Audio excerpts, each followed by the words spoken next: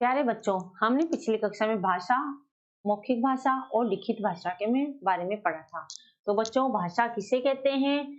हम अपने विचार, मन के विचारों या भावों को दूसरों के सामने प्रदान करते हैं और दूसरे उन भावों और विचारों को सुनते, समझते और पढ़ते हैं।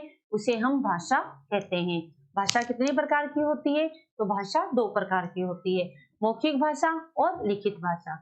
मौखिक भाषा, मुख से बोली गई भाषा को मौखिक भाषा कहते हैं और लिखा हुआ रूप लिखित भाषा कहलाता है।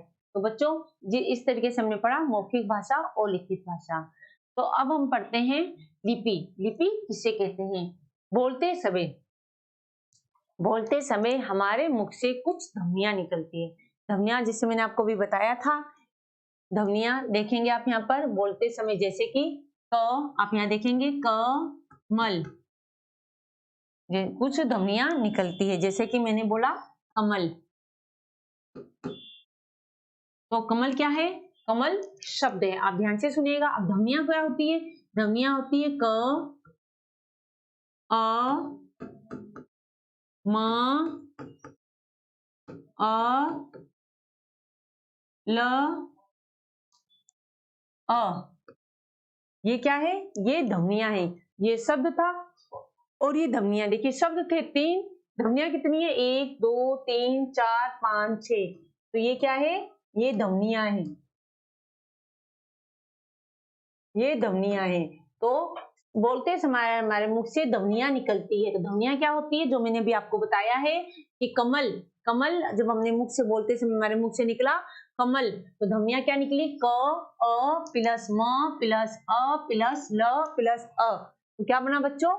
क प्लस अ, ये बना कमल। तो बोलते समय हमारे मुंह से ध्वनियां निकलती है। ध्वनियों को लिखने के लिए कुछ चिन्ह तय किए गए हैं। जो ध्वनियां हैं, इनको लिखने के लिए कुछ क्या तय किए गए हैं? चिन्ह तय किए गए हैं, जिन्हें वर्ण कहलाते हैं। जो क्या कहलाते हैं? वर्ण कहलाते हैं। देखिए चिन्ह, जैसे क, म, ल, अ, ये सब क्या है? ये सब चिन्ह है, इन्हें हम वर्ण कहते हैं। तो बच्चों, आपको पता होगा कि वर्ण किसे कहते हैं? वर्ण कहते हैं अ, आ, ई, क, ख, ग, घ, र। ये सब क्या है? ये सब वर्ण है और ये सब मिलकर वर्णमाला बनाते हैं। तो हमने क्या करा? बोलते समय हमारे मुंह से ध्वनियां निकलती हैं। इन ध्वनियों को लिखने के लिए कुछ चिन्ह की क्या होती है? कुछ चिन्ह तय किए गए हैं। ये चिन्ह वर्ण कहलाते हैं। ये चिन्ह क्या कहलाते हैं? ये चिन्ह वर्ण कहलाते हैं। परंतु जिस तरह ये लिखे जाते हैं, परंतु जिस तरीके से इन्हें हम लिखते हैं, इन्हें हम लिपि कहते हैं। क्या कहते हैं? इसे हम लिपि कहते हैं। ये वर्ण जिस तरीके से लिखे जाते हैं, उन्हें हम लिपि कहते हैं। जैसे हिंदी में देवनागरी लिपि लिखी जाती है, पंजाबी में गुरुमुखी लिपि लिखी जाती है और अंग्रेजी में रोमन लिपि लिखी जाती है। तो इस तरीके से लिपि किसे कहते हैं? लिपि बोलते समय हमारे मुख से कुछ ध्वनियां निकलती है। क्या निकलती है बच्चों? कुछ ध्वनियां निकलती है। इन ध्वनियों को लिखने के लिए कुछ चिन्हों की आवश्यकता होती है, जिन्हें हम वर्ण कहते हैं। और तीसरा, परंतु जिस तरीके से हम लिखते हैं, क्या? परंतु जिस तरीके से ये लिखे जाते हैं, उन्हें हम लिपि कहते हैं। उन्हें हम क्या कहते हैं? उन्हें हम लिपि कहते हैं। जैसे कमल, क प्लस अ, ये तो ध्वनियां थी, इनको हमने किस रूप में लिखा? तो ये क्या बना? ये लिपि बना। तो आप देखेंगे भाषा के ध्वनि चिन्ह जिस लिखित रूप में लिखे जाते हैं, भाषा के जो ध्वनि चिन्ह जिस लिखित रूप में लिखे जाते हैं, उसे लिपि कहते हैं। उसे क्या कहते हैं? उसे लिपि कहते हैं। वापस से सुनिएगा, ये आपको याद भी करना है, ये आपका होमवर्क है कि भाषा के ध्वनि चिन्ह जिस लिखित रूप में लिखे जाते हैं, उन्हें लिपि कहते हैं। उन्हें क्या कहते हैं? उन्हें लिपि कहते हैं। प्रत्येक भाषा की अपनी एक लिपि होती है। जो भाषा है, प्रत्येक भाषा होती है, उनकी अपनी क्या होती है? उनकी अपनी एक लिपि होती है।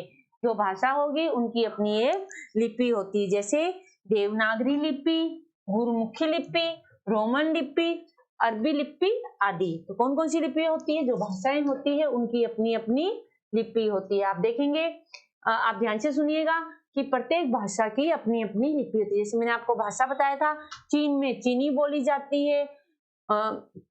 चीन में कौन सी भाषा बोली जाती है बच्चों? चीन में चीनी बोली जाती है। इंग्लैंड में अंग्रेजी बोली जाती है, भाषा है। इंग्लैंड में क्या बोली जाती है? अंग्रेजी भाषा बोली जाती है। उसी तरीके से फ्रांस में फ्रेंच भाषा बोली जाती है। लेकिन इनके लिखने का अपना एक क्या होता है? इनको लिखने के लिए अपनी एक ध्वनि चिन्ह, जिसे लिखित रूप में लिखा जाता है, तो वो क्या होती है? वो एक लिपि होती है।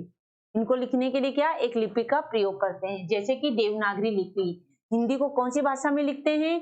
हिंदी को देवनागरी लिपि में लिखते हैं। संस्कृत को कौन सी भाषा में लिखते हैं? संस्कृत को भी देवनागरी लिपि में लिखते हैं।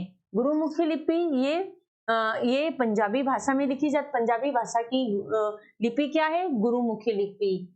रोमन लिपि अंग्रेजों की क्या है? जो अंग्रेजी भाषा की लिपि क्या है? रोमन लिपि। तो इस तरीके से हमने बच्चों लिपि के बारे में जाना। तो आप एक बार फिर देख लीजिएगा। पहला, हिंदी जिस लिपि रूप में लिखी जाती है उसे देवनागरी लिपि कहते हैं। तो देखिए, देवनागरी लिपि किसे कहते हैं? जिसे हिंदी भाषा में लिखा जाता है उसे देवनागरी लिपि कहते हैं। संस्कृत, नेपाली और मराठी भी देवनागरी लिपि में लिखा जाता है। जो संस्कृत है, नेपाली है और मराठी है, इसे भी हम कौन सी लिपि में लिखते हैं? देवनागरी लिपि में लिखते हैं। अंग्रेजी की कौन सी भाषा है? अंग्रेजी की लिपि है, अंग्रेजी भाषा है। और रोमन क्या लिपि क्या है? ये रोमन एक लिपि है। तो ये भी अंग्रेजी भाषा की लिपि रोमन लिपि है। पंजाबी की गुरुमुखी लिपि है। तो इस तरीके से हमने लिपि के बारे में जाना। तो आप इसको आप यहाँ पर भी जैसे लिख सकते हैं, देवनागरी लिपि लिखते हैं। तो देखिए, हिंदी जिस अब एक बार तो इस तरीके से हमने लिपि के बारे में जाना कि लिपि किसे कहते हैं और कौन सी भाषा में कौन सी लिपि लिखी जाती है। आगे है व्याकरण। कौन सी भाषा में कौन सी लिपि लिखी जाती है? तो देखेंगे हम, प्रत्येक भाषा के क्या होते हैं बच्चों? प्रत्येक भाषा के कुछ नियम होते हैं। क्या होते हैं? कुछ नियम होते हैं। और उस नियमों के आधार पर हम भाषा का व्यवहार करते हैं। हम क्या करते हैं? उस नियमों के आधार पर भाषा का व्यवहार करते हैं और उसे समझते हैं। और उसे क्या करते हैं? उसे समझते हैं। व्याकरण हमें किसी भाषा को बोलने और लिखने का सही तरीका बताता है। व्याकरण भाषा के नियम बताता है। इस प्रकार व्याकरण को भाषा की नियमावली भी कह सकते हैं। तो बच्चों, इसका मतलब क्या होता है? देखिए, जब हमें कोई बात समझनी हो या हमें व्याकरण किसे कहते हैं? व्याकरण को शुद्ध रूप से, जो व्याकरण है वो हमें शुद्ध रूप से बोलना, लिखना और पढ़ना सिखाती है। अगर हम व्याकरण को नहीं पढ़ेंगे तो हमें शुद्ध रूप से बोलना, पढ़ना और लिखना नहीं आएगा। तो व्याकरण क्या है?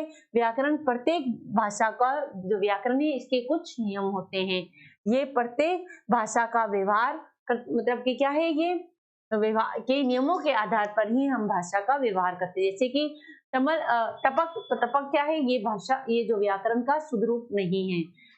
ये प टक, जैसे हमने बोला वगर, अब वगर क्या है? वगर भाषा का शुद्ध रूप नहीं है। और जैसे कि मैंने बोला बाघ, वाघ, तो देखिए बाघ भाषा का, बाघ व्याकरण का शुद्ध रूप है, लेकिन वाघ कोई शब्द नहीं है। तो क्या करेंगे? प्रत्येक भाषा के कुछ नियम होते हैं और इन नियमों के अनुसार ही भाषा के व्यवहार करते हैं और उसे हम समझते हैं। व्याकरण हमें क्या करता है? व्याकरण हमें किसी भाषा को बोलने और समझने, बोलने और सीखने का सही प्रकार बताता है। व्याकरण को जो इसी नियम को, जो हमें सही नियम बताता है उसे व्याकरण की नियमावली भी, व्याकरण की क्या? नियमावली भी कहते हैं। तो देखिए, तो इसका परिभाषा क्या होगी? व्याकरण वह शास्त्र है जिससे किसी भाषा को शुद्ध रूप में बोलने और लिखने का ज्ञान प्राप्त होता है। कि हम भाषा को शुद्ध रूप से बोलने और लिखने का हमें ज्ञान प्राप्त होता है कि हम भाषा को किस तरीके से हमें लिखना है और किस तरीके से हमें बोलना है, ये सब ज्ञान हमें व्याकरण से प्राप्त होता है। तो बच्चों, इस तरीके से आज हमने सीखा कि लिपि किसे कहते हैं और व्याकरण किसे कहते हैं। तो चलिए एक बार फिर हम इसकी पुनरावृत्ति कर लेते हैं। बोलते समय हमारे मुंह से जब ध्वनियां निकलती है तो उन ध्वनियों को लिखने के लिए कुछ चिन्हों की आवश्यकता होती है, जिसे हम बच्चों वर्ण कहते हैं। और वर्णों को क्रमबद्ध में लिखने के लिए हमें लिपि, परंतु जिस तरीके से हम लिखते हैं उसे हम लिपि कहते हैं। तो जैसे कि भाषा की ध्वनि के चिन्ह जिसे हम लिखित रूप में लिखे जाते हैं उन्हें लिपि कहते हैं। जैसे हिंदी, संस्कृत, मराठी को हम देवनागरी लिपि में लिखते हैं। पंजाबी जो भाषा है उसे हम गुरुमुखी लिपि में लिखते हैं। अंग्रेजी भाषा को रोमन लिपि में लिखते हैं। तो इस तरीके से हम भाषाओं के बारे में हमने पढ़ा कि जो भाषा है, हिंदी जिस भाषा में लिखी जाती है उसे देवनागरी लिपि कहते हैं। व्याकरण का शास्त्र है कि जिसमें किसी भाषा को शुद्ध रूप में बोलने व लिखने का ज्ञान प्राप्त होता है। व्याकरण क्या है? व्याकरण एक ऐसा शास्त्र है जिससे हम भाषा को शुद्ध रूप से बोलने व लिखने का ज्ञान प्राप्त होता है। तो बच्चों, इस तरीके से हमारा जो पाठ है ये पूरा होता है। अगली कक्षा में हम इसके अभ्यास को करके और अच्छी तरीके से भाषा के बारे में, व्याकरण के बारे में सीखेंगे। तो अगली कक्षा में हम फिर मिलते हैं। धन्यवाद।